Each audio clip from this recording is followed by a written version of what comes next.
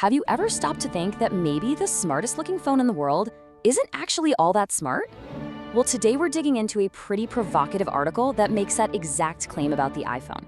It argues that for all its beautiful design, it's fundamentally unintelligent.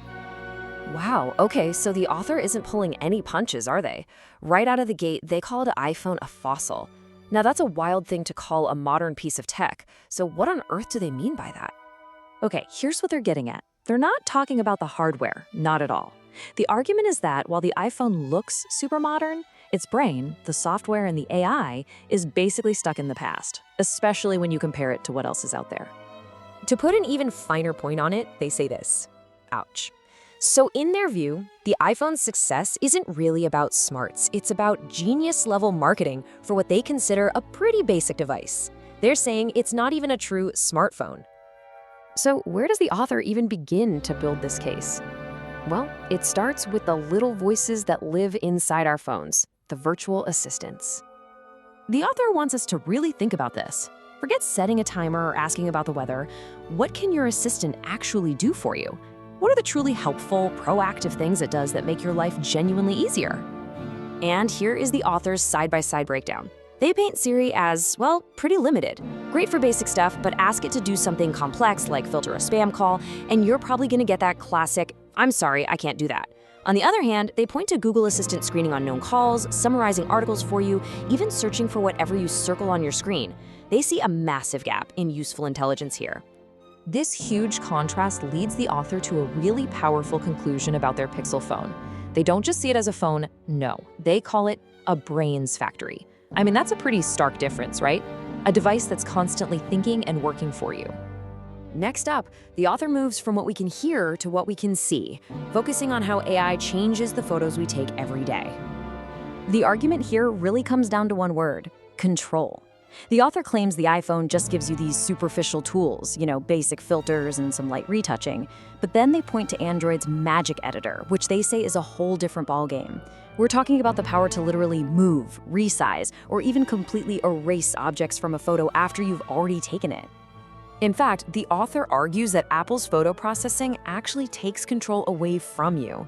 They have this pretty brutal description of it, calling it a forced smoothing that makes you look like a wax doll. Yikes!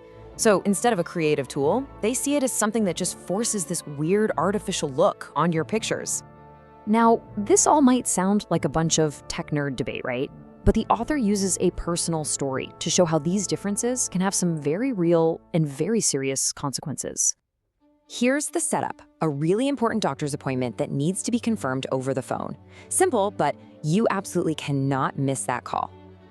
And of course, the call comes through while the author is in the shower and their phone is on silent. We've all been there. But for them, the real problem wasn't just the bad timing, it was the phone itself. This is the huge what-if moment. The author is absolutely convinced their Android phone would have just handled it.